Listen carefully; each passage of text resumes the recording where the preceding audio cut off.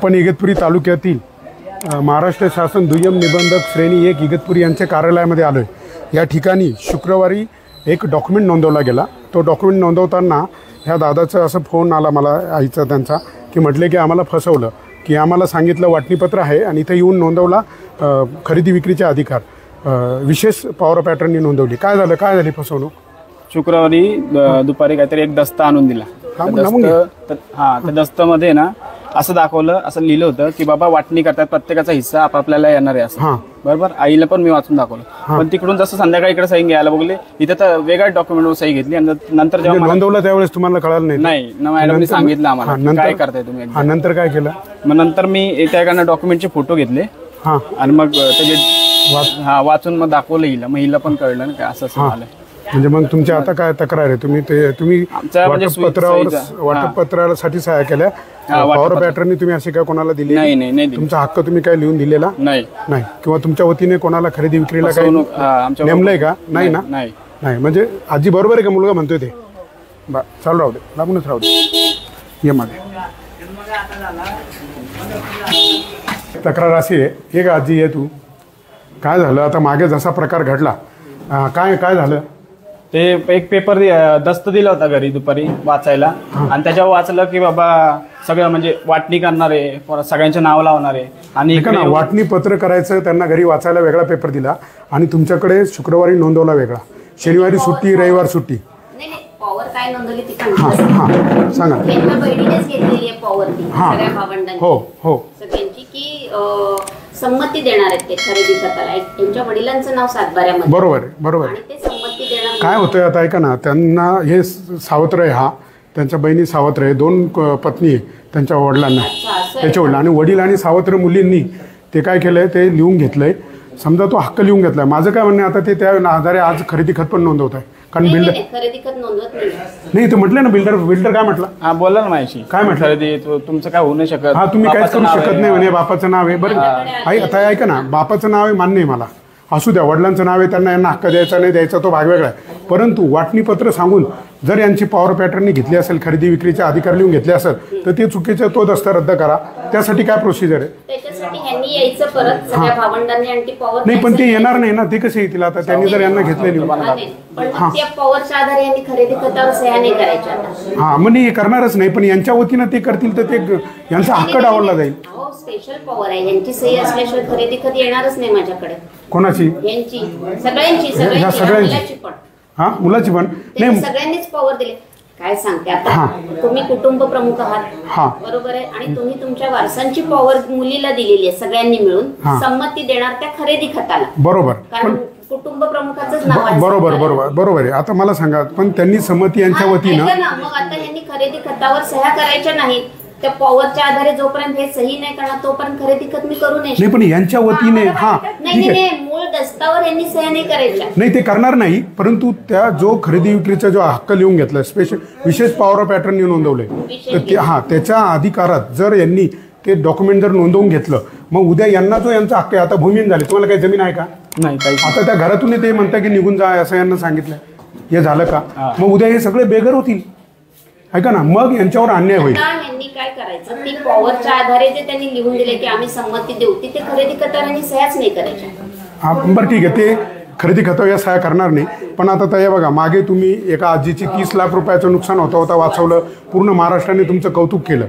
आता माझी एक विनंती आहे, तुम्ही आता का शुक्रवारी पण जर यांना सांगितलं असतं का याच्यानी तुम्ही पॉवर पॅटर्न देताय, काय का?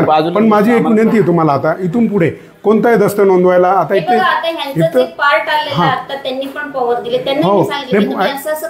बरोबर आहे। आता यांच्या वतीनं होते काय माहिती का, इथं चुका कोणाच्या आहे? वकिलाच्या पण आहे।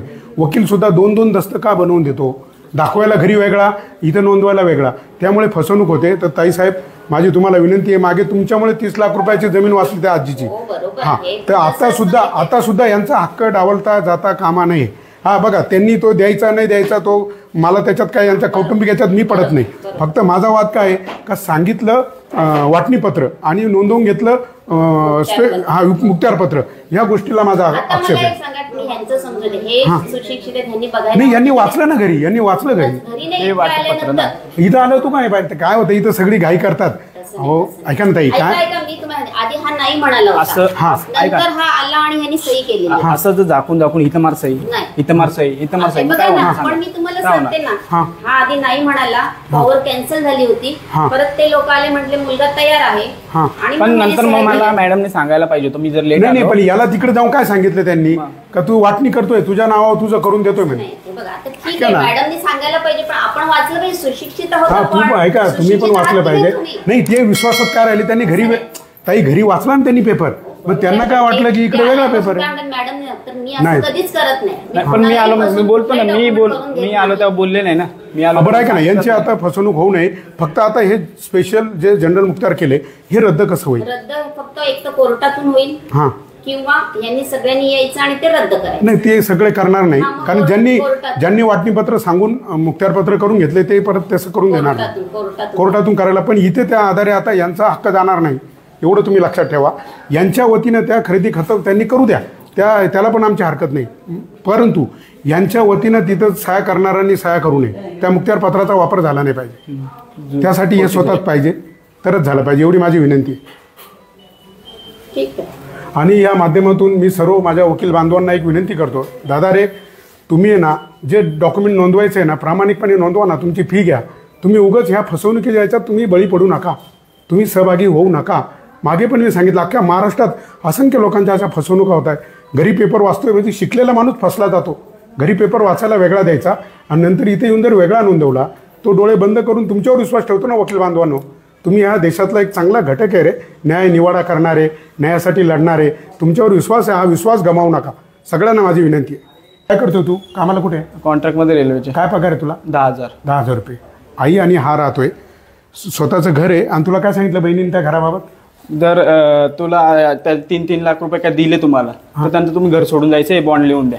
हां बरं, आता हे कुठं राहतील? माझं काय म्हणणे त्यांना पण त्या सन्माननीय कोण असतील त्या आमच्या बहिणी आहे, सगळ्यांच्या. मी कोणाचा माझं हे नाही, मला एकच म्हणायचं आहे की मग आता उद्या हे रस्त्यावरही नाही आहे माय लेखं, मग यांनी करायचं काय? म्हणून माझं काय म्हणणे त्यांचा हक्क डावलला जाऊ नये. आता ते म्हणतात तो ती जमीन खूप महागाची आहे. किती रुपयाची आहे ती? ती तरी 1.5-2 कोटीची जमीन. हां आणि यांना 6 लाख गुंठांनी. आणि ते म्हणे सगळ्यांना ते काय होतं आता तुम्हाला माहिती आहे का, मूल्यांकन वेगळं असतं आणि ते काय करतात त्याचं बाजार मूल्य वेगळं असतं.